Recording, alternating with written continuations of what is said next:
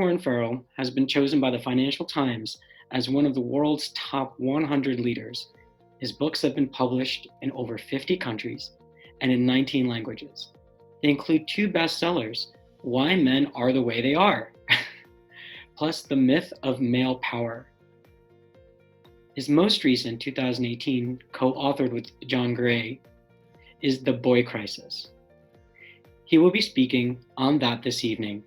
Dr. Farrell chairs the coalition to create a White House Council for Boys and Men, and he's been asked by the White House to do a first draft of a potential presentation for President Trump for Father's Day on the importance of dads in preventing the boy crisis.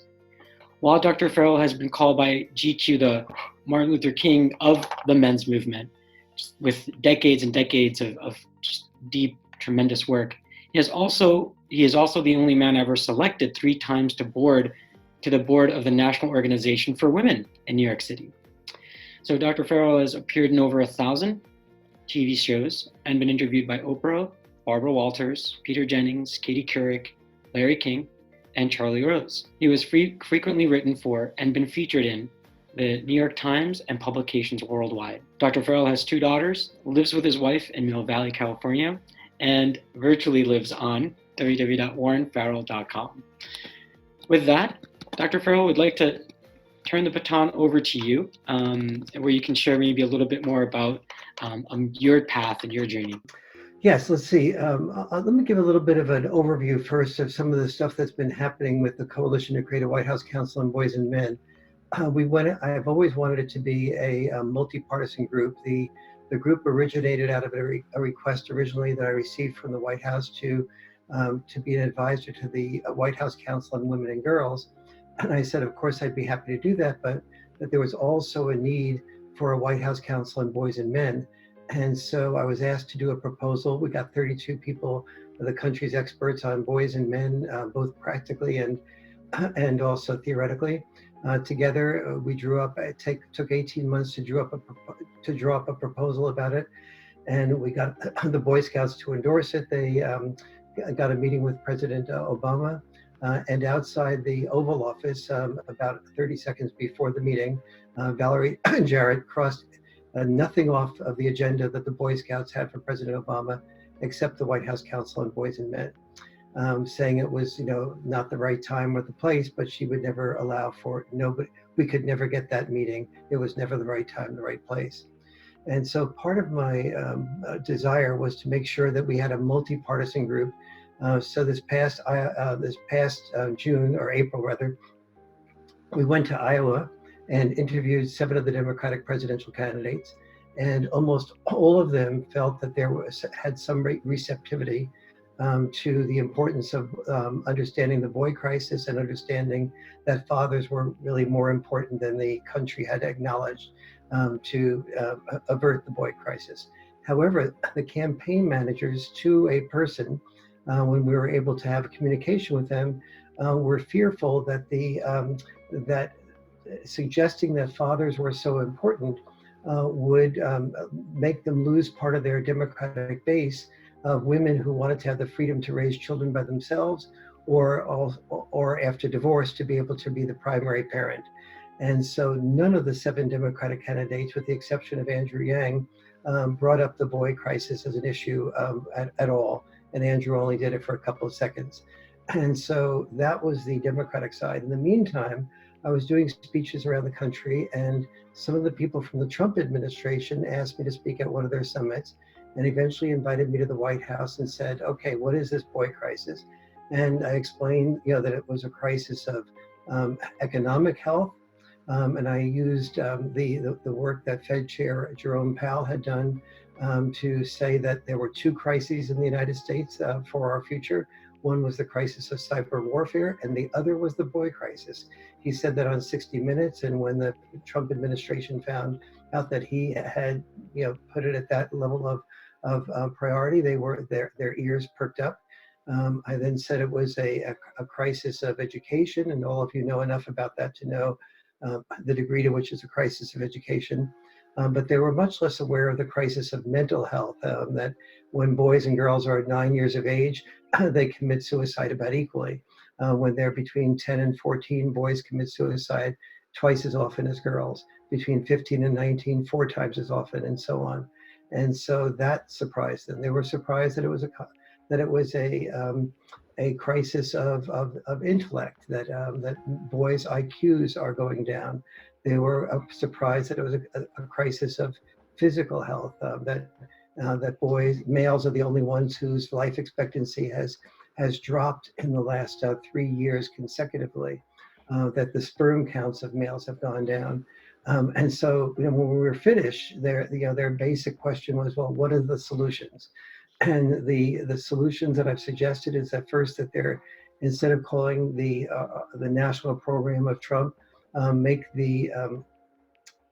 America Great Again, I suggested an overarching program called Make the American Family Great Again. What I discovered is that the Republicans get it much better than the Democrats do, that family is crucial, that mother is crucial, that dad is crucial. I said to them that we have this program called No Child Left Behind, but it's impossible to achieve the outcome of no child left behind if there is a parent left behind. And since the normal parent that's left behind is the father, that we need to have a new sense of purpose for boys. Instead of the old purpose of boys being drafted and disposable in war and being trained to kill and be killed, we need to have the option, at least, for boys to be trained to love and be loved. And that requires at home, as opposed to kill and be killed away from home. And so we need to call those boys, because they're going to have to overcome lots of barriers, and people who overcome lots of social barriers can be called warriors. And so we have to inspire boys to become a new type of warrior. When we tell boys that they are needed, when we tell men that they're needed, they're willing to die to be needed, to have purpose. And so we need to offer them an alternative sense of purpose. And so I'm suggesting to the White House a father warrior program. I was also suggesting that the school to prison pipeline was of concern to the White House. And I said that one of the best ways to stop that school to prison pipeline is father involvement, because father involvement creates usually the discipline to achieve outcomes. That discipline is usually created by fathers through postponed gratification, requiring children to do something that they don't otherwise wish to do or know how to complete through discipline. And that discipline leads them to succeeding, that leads them to doing well in school or well in some type of physical activity, having more social skills and so on. And that when boys have that boundary enforcement that dads tend to bring to the family dinner, to the family table, that gives boys the ability to achieve the purpose that they set out for themselves. They then don't have resentment and anger. And then I shared with them that every single school shooting in the 21st century that has resulted in 10 or more being killed, every single one of those families that we know about, just recruits, are almost all, about 90% men, but almost all of those men, and the women, by the way, have a lack of father involvement. And the prisoners, of course, are 93% male. But when I spoke to prison populations when I ran for governor some years ago, what I discovered was that the prison population is about 85 to 90% fatherless as well. And so they seem to be talking about this actively. I've talked with them about developing a male teacher corps in which males would be trained all around the country to become future teachers, and that they would receive in exchange for a scholarship to become a future teacher, that they would have to commit to 2 or 3 years of teaching in a school system. So we would bring them into the school system, not just have them use the money for that. So there's a whole series of programs like this that I've been talking with the White House about. They may do nothing about this. The Father's Day presentation may be skipped over because of the coronavirus. It may have been skipped over anyway, I don't know.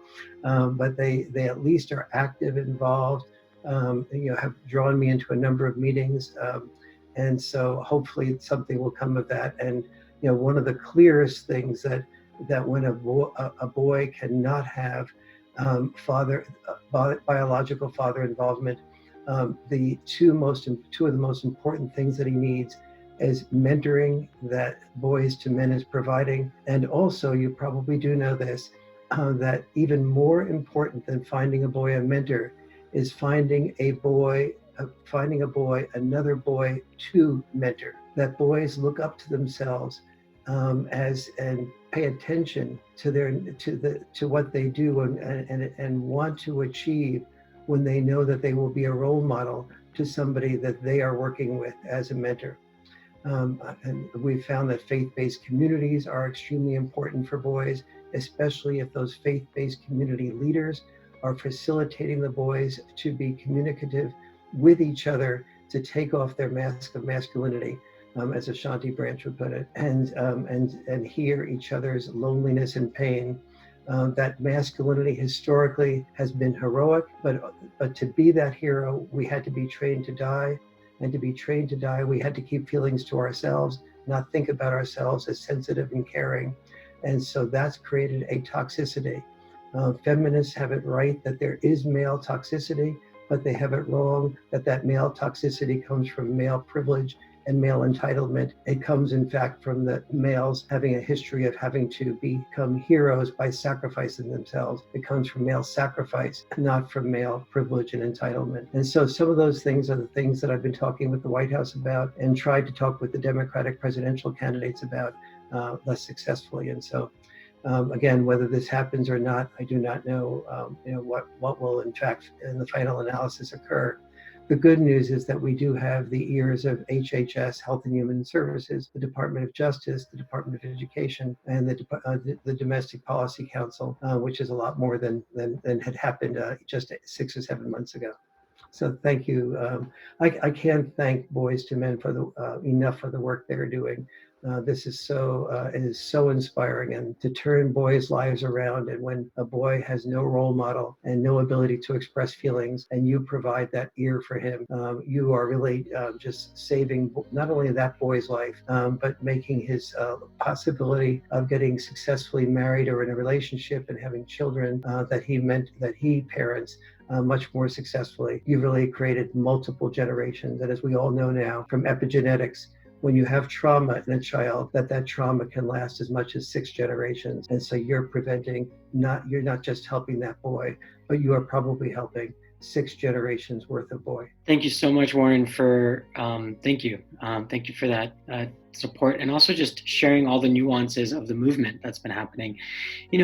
Just to ask you one quick question, and then maybe we'll put it out here to the community because we have a little bit of time for Q&A. And this is probably a 2-part question. And I get this a lot from people who may be not familiar with this space, is why is this important? And why is this important now, right? Whereas before, the pendulum may have swung in one direction and there was a lot of funding going towards, girl empowerment movements and female empowerment movements and those structures. So I guess 2-part questions. One is, why is it important now? And secondly, if we don't do something about this now, and if we don't intervene as a community, what's the predictable future if nothing changes in the next decade or 2? Before I deal with the now part, one of the reasons it's so important, because all of us as guys and women that are presenting these issues, we always come up against skepticism. So, are we anti-female by focusing on male, boys, and men's issues? And so the most important thing that we have to know how to do is to sort of also make this a women's issue. And one of the things that is really clear to me is that we are all in the same family boat. And whenever only one sex wins, both sexes lose. And what I mean by that is when a boy does not have a father, we know that the boy doesn't do well. We know that most girls don't do well. We know that they don't do well in 50 different areas. But what is stressed less frequently is that when I was, for 21 years, I was single between marriages, and almost all the women I dated had children. And the word I heard most frequently from those women was I feel overwhelmed. I feel so overwhelmed. I can't do my work well. I can't raise the children the way I want to raise. But all of them were single mothers until one of them I married, and I hope I helped her unbecome a single mom. And so but the point there was that the women are overwhelmed, and when fathers are involved, we take that burden off of women. We share it with women, but we as men have to know what we bring to the family table. We have to know why roughhousing helps children develop empathy. We have to know the 9 differences between dad-style parenting and mom-style parenting that I discussed in the Boy Crisis book. And we have to know how to conduct family dinner nights so that everybody at the family dinner feels heard, and opened up, and are excited to come to the family dinner table. And so why now? Because we are seeing that that the boy crisis is so powerful in every developed nation, that boys are falling behind in every academic subject. That leads them to dropping out of high school much more frequently. That leads them, when they drop out of high school, to have an unemployment rate in the United States that exceeds 20%, 5 times the national average, until a few weeks ago. And so therefore, the future of our country economically, the boys who hurt us. They're the ones that do the school shootings. They're the ones that do the ISIS recruits to have a different sense of purpose.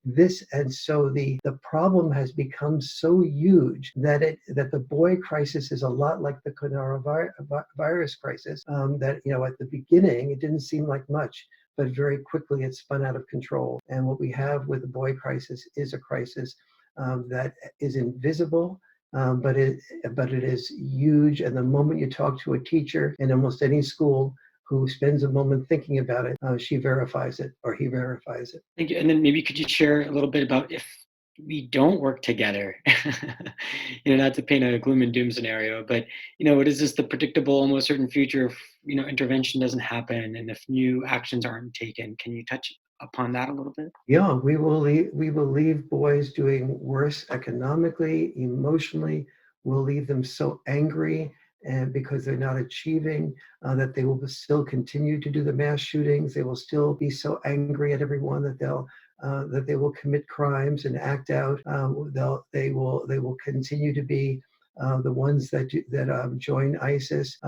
Boys who hurt us, and if we don't do something about that, they will be hurting personally, and they will be hurting us, and they will be not available to be married to our daughters, and so our daughters will not have somebody that's worthy of their love.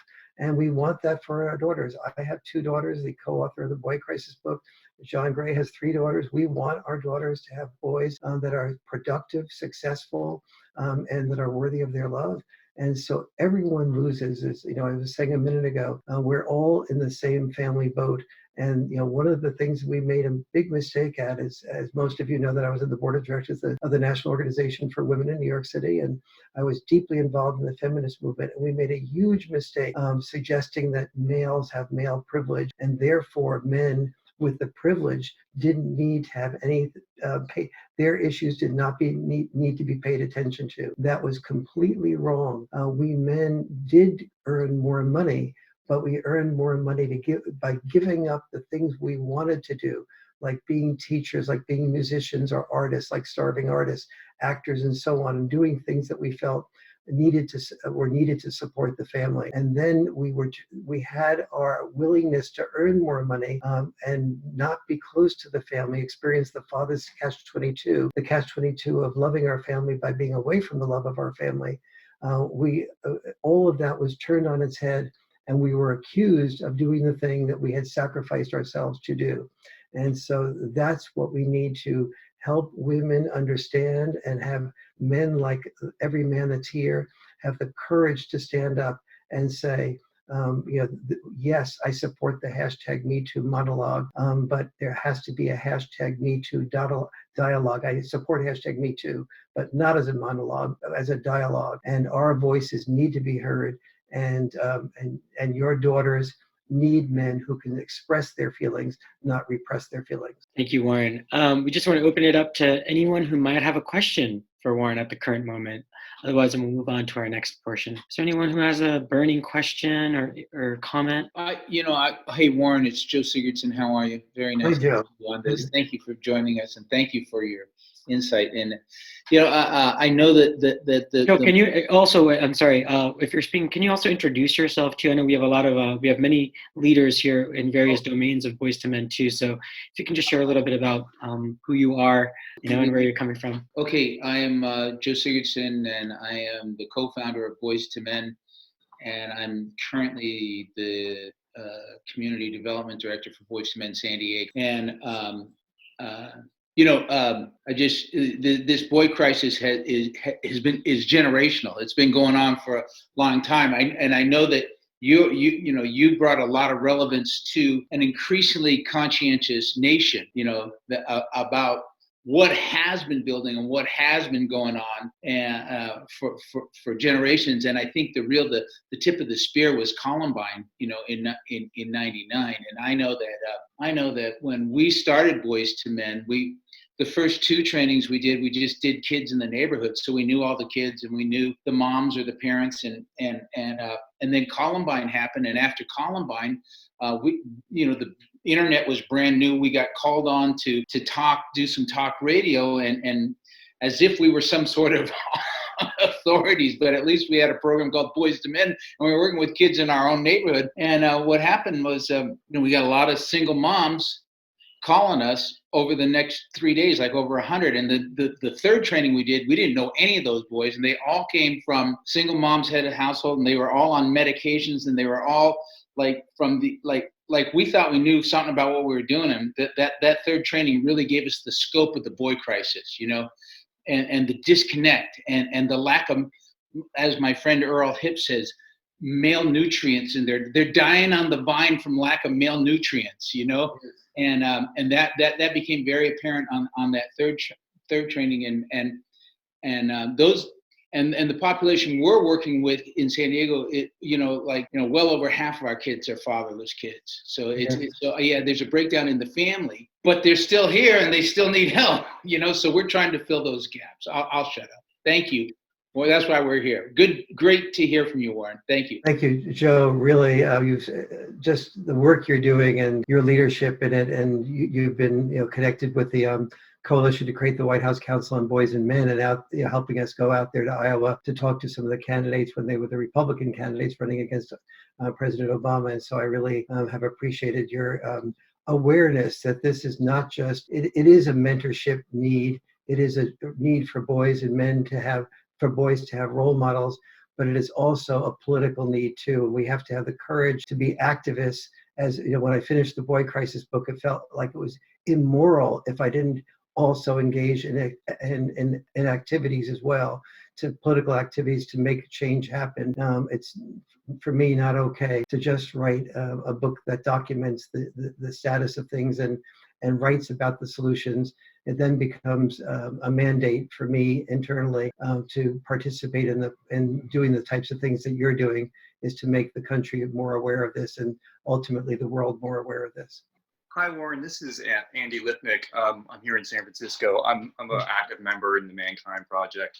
My question is around the term warrior. I mean, this is something very familiar, obviously, to myself and everybody in MKP.